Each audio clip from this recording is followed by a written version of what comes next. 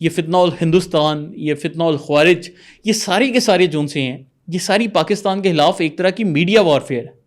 ایک جو دہشت گرد ہے وہ جب خزدار میں بچیوں کے اوپر بم بلاسٹ کر رہا ہے تو اس کا مقصد یہ نہیں کہ میں بچیاں ماروں گا، اس کا مقصد یہ ہے کہ وہ پاکستانی قوم کو ایک پیغام دے کہ ہم تمہارے بچے نہیں چھوڑیں گے. وہ ایک انفارمیشن وارفیئر مسلط کرتا ہے جس کے لیے وہ یہ اقدام اٹھاتا ہے. تو ہم نے اس کا ڈٹ کے مقابلہ کرنا ہے. تو یہ کام صرف فوج کا نہیں ہے، ہر بندے کا ہے. اور آپ میں سے جن جن دوستوں نے آپریشن بنیان مرصوص میں اپنا حصہ ادا کیا، آپ سب کو سلام ہے. اور یقین مانیں یہ جہاد بالقلم ہے جو کہ آپ کر رہے ہیں. اس کے ساتھ ایک اور اہم اعلان یہ تھا کہ پاکستان کی سویلین لیڈرشپ کا، جو سیاسی لیڈرشپ ہے، اس کا شکریہ ادا کیا گیا. اور یہ چیز بھی اس بات کی نشاندہی کرتی ہے کہ پاکستان میں جو سول ملٹری ٹائز ہیں وہ بہتر ہوتے جا رہے ہیں اور پاکستان میں حالات سٹیبل ہوتے جا رہے ہیں. پھر ایک اور چیز جس کا انہوں نے ذکر کیا وہ یہ تھا کہ کوئی بھی چیز ہمیں مجبور نہیں کر سکتی کہ ہم اپنی ریاستی سوورینٹی کے اوپر اور اپنا جو ٹیریٹوریل ہماری انٹیگریٹی ہے، جو ہمارا علاقہ ہے، اس کے اوپر ہم کسی طرح کا کمپرومائز کریں. تو پاکستان کسی بھی جو جنگ یا یہ جو طاقت کا خوف ہے اس سے پاکستان گھبرانے یا ڈرنے والا نہیں. تو واضح الفاظ میں یہ پاکستان کے دشمنوں، یعنی کہ یہاں پر ہم بھارت کا ہی ذکر کر رہے ہیں، کہ ان کے لیے بات ہو رہی ہے اور ان کو واضح پیغام دے دیا گیا ہے کہ اگر آپ لوگوں نے پاکستان کے ساتھ کوئی بھی ایسی حرکت کرنے کی کوشش کی جس سے پاکستان کی سلامتی کو خطرہ پہنچا تو پاکستان ہر طرح کا قدم اٹھا سکتا ہے. اور ہر طرح کا قدم کیسے اٹھا سکتا ہے وہ مجھے بتانے کی ضرورت نہیں، آپ کو پتہ ہے کہ پاکستان کے پاس کون سی خاص چیزیں موجود ہیں. اس کے بعد بھائیوں بہنوں جو اہم چیز خزدار واقعے سے ریلیٹڈ ہے اس کے متعلق بات کی گئی. اور اب پہلی مرتبہ پاکستان اپنا ایک واضح موقف رکھ رہا ہے یہ بھارتی پراکسیز کے خلاف، اور بولا گیا ہے کہ بھارتی جو پراکسی ہیں وہ بلوچستان اور خیبر پختونخوا دونوں میں ایکٹیویٹ ہو چکی ہیں. اور چونکہ پہلگام واقعے کے بعد بھارت کی جو ملٹری ہے وہ مکمل ناکام ہو گئی تو اس کے بعد بھارت نے اپنی ان پراکسیز کو ایکٹیویٹ کرنا شروع کیا. تو بھارت اس پورے خطے میں دہشت گردی کا پرپیٹریٹر ہے، دہشت گردی کروانے والے. اور اس کے ساتھ یہ بھی بولا کہ جو بھی اس پورے ریجن میں بدامنی ہو رہی ہے، جو عدم استحکام ہو رہا ہے، اس کی وجہ بھی بھارت ہے. اب یہ جو ہے پاکستان کی پالیسی کے لحاظ سے اگر دیکھا جائے تو ایک بہت بڑا ایک شفٹ آ رہا ہے کہ جس طریقے سے ماضی میں بھارت پاکستان کو اکیلا کرنے کی کوششوں کے لیے کوئی بھی بھارت میں عمل ہوتا تھا تو اس کے لیے پاکستان کا نام لگا دیتا تھا، تو اب پاکستانی ریاست بھی باقاعدہ بھارت کو کھل کر للکارنا شروع ہو چکی ہے، جو کہ ماضی میں یہ چیز ناپید ہو چکی تھی. ہم لوگ اپنے اندرونی مسائل میں اتنے الجھ گئے تھے کہ ہمارا دشمن ملک کے اوپر رابطہ بھی نہیں رہا، اور اس پورے عرصے کے دوران بھارت نے اپنی پراکسیوں کو پاکستان میں مضبوط کیا. لیکن اب پاکستان اس پورے معاملے کو انٹرنیشنلائز کرتا جا رہا ہے. عالمی برادری کو بھی ایک باقاعدہ پیغام دیا جا رہا ہے کہ بھارت پاکستان میں اپنی پراکسیز کے ذریعے دہشت گردی کر رہا ہے. اور یہ جو پورا ایک پیغام ہے اس کا ایک واضح مطلب یہ بھی نکلتا ہے کہ پاکستان اب جب ان دہشت گردوں سے لڑائی کرے گا اور کاؤنٹر ٹیررزم آپریشنز کرے گا تو اگر یہ دہشت گرد اکراس دا بارڈر سے بھی آپریٹ ہوتے ہیں، مطلب یہ کہ بھارت میں جو کہا جاتا ہے کہ فتنہ الہندوستان یعنی کہ BLA کے جو ہیڈ کوارٹرز ہیں وہ راجستھان میں واقع ہیں، تو پاکستان پھر ایسی کارروائیاں کرنے کا بھی حق رکھتا ہے. تو یہ واضح جو سے ہیں پیغام دیے جا رہے ہیں. یہ چیز بولی نہیں لیکن میں آپ کو جو ریڈ بٹوین دا لائنز ہے میں ان کے مطلب آپ کو سمجھاتا جا رہا ہوں. پھر یہی اعلان کیا گیا کہ پاکستان کی جو آرم فورسز ہیں وہ جتنی بھی یہ پراکسی نیٹ ورکس اور دہشت گردی کے نیٹ ورکس آپریٹ ہو رہے ہیں ان سب کے پیچھے پڑے گی اور ان سب کا خاتمہ کیا جائے گا اور پاکستان انشاءاللہ ان کو شکست دے گا. پھر لائن آف کنٹرول کا بھی باقاعدہ ذکر کیا گیا کہ بھارت کے ساتھ یہ جتنی بھی ہماری لائن آف کنٹرول ہے اس کا دفاع کرنے کے لیے پاک فوج ہر وقت تیار ہے. جیسا کہ آپ جانتے ہیں کہ ابھی بھی بھارت کی جانب سے ایک دوسری جنگ یا ایک دوسرے جو ایپیسوڈ ہے وہ شروع ہونے کا خطرہ موجود ہے. تو اس سلسلے میں ہی پاکستانی فورسز نے اپنی جو آپریشنل تیاریاں اس کا ذکر کیا کہ ہم لوگ تیار ہیں اور لائن آف کنٹرول کا بھی بھرپور دفاع کیا جائے گا اور کوئی بھی بھارتی سازش کامیاب نہیں ہونے دی جائے گی. اس کے ساتھ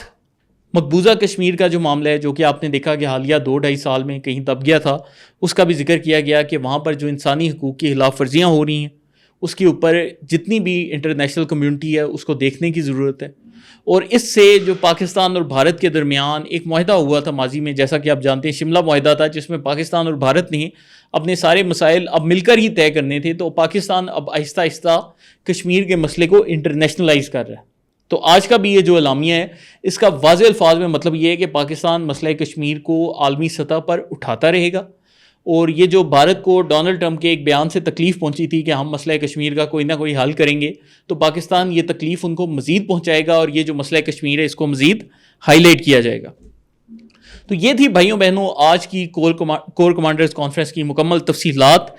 اس کے بعد اب چلتے ہیں ہماری دوسری اہم خبر کے اوپر کہ ہر دوسرے دن تحریک انصاف والوں نے شور ڈال دیا ہوتا ہے کہ ہماری ڈیل ہونے والی ہے، ہماری ڈیل ہو چکی ہے، ہم سے کوئی بندہ ملنے آ رہا ہے، ہم سے کوئی بندہ ملنے چلا گیا ہے۔ در حقیقت یہ لوگ اپنے پیروکاروں کو بیوقوف بناتے ہیں، کیونکہ تحریک انصاف کے لوگ، ہم نے آپ کو پہلے ہی بتایا تھا، ڈوپامین کے ایڈکٹس ہو چکے ہیں، تو ان کو جان بوجھ کر ایسی جعلی اور جھوٹی امیدیں دی جاتی ہیں۔ آج بھی فہد درانی کی پوری کہانی آئی کہ ڈاکٹر موہت پیرزادہ نے کیسے ان کو بیوقوف بنا کر 32 کروڑ روپے کا امریکہ میں گھر لے لیا، عمران ریاض نے کس طریقے سے ان کو بیوقوف بنا کر اربوں روپے کی جائیدادیں بنائیں، وہ بھی ہمارے سامنے ہیں۔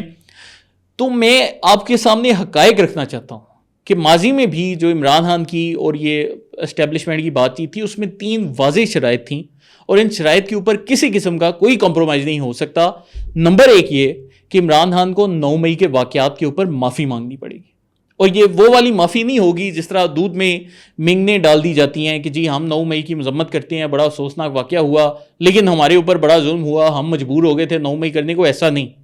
آپ نے وداؤٹ اینی اف اور بٹ 9 مئی کے اوپر معافی مانگی ہے۔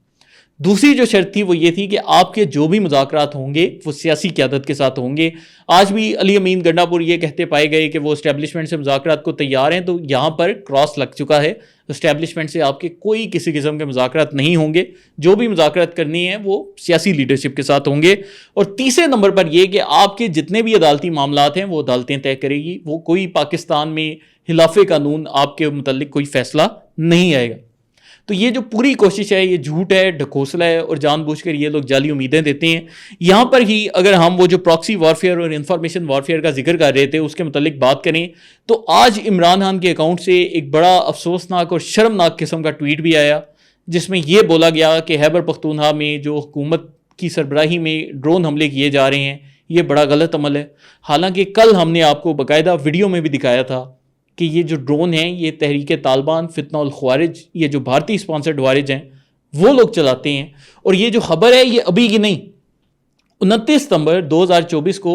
خراسان ڈائری میں باقاعدہ یہ پورا آرٹیکل چھپا تھا جس میں واضح طور پر بتایا گیا تھا کہ تحریک طالبان کے پاس وہ ڈرونز موجود ہیں جن کے ساتھ IEDs باندھ کر باقاعدہ دھماکے کیے جاتے ہیں۔ تو یہ جو ڈرونز کا استعمال ہے یہ وہ لوگ پچھلے 8 ماہ سے کر رہے ہیں، لیکن یہ لوگ پھر بھی سب کچھ جانتے بوجھتے ریاست کے اوپر اس طرح کے جھوٹ باندھتے ہیں اور اس کے بعد توقع کرتے ہیں کہ ریاست ان کے ساتھ نرمی کرے گی، تو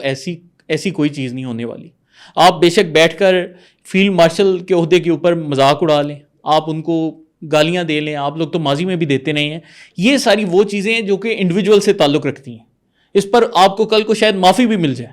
شاید عاصم منیر صاحب مائنڈ نہ کریں، شاید فوجی قیادت مائنڈ نہ کرے، کیونکہ ان چیزوں سے کوئی فرق نہیں پڑتا۔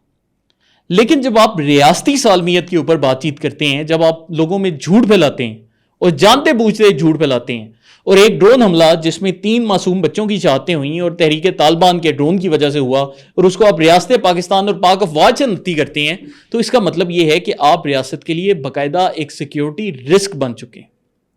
اور آپ وہی کام کر رہے ہیں جو کہ بھارت نے کیا۔ جس طریقے سے بھارت نے مس انفارمیشن پھیلائی، ان میں اور آپ میں کوئی فرق نہیں رہا۔ تو یہ جو چیزیں ہیں یہ ناقابل معافی ہیں، اور اس طرح کی اگر یہ لوگ حرکتیں کریں گے تو پھر پاکستانی ریاست کو، جس طرح ہم یہ دیگر بھارتی پراکسیوں سے لڑیں، ان کے خلاف بھی اپنا جو رویہ ہے وہ مزید سخت کرنا پڑے گا۔ ذاتی انسلٹس تو برداشت کی جا سکتی ہیں، لیکن ریاستی سالمیت کے اوپر اس طرح کا جعلی اور بھونڈا پروپیگنڈا برداشت نہیں کیا جا سکتا۔ 1971 میں شیخ مجیب نے بھی یہی حرکت کی تھی اور ہماری ریاست نے اسے چھوڑ دیا تھا، لیکن اب پاکستانی ریاست یہ سب فتنہ فساد اور یہ جو سازشیں چلتے ہیں ان کو سمجھ چکی ہے، اور یہ جو چیزیں آپ کی وہ مکمل ناکام ہوگی۔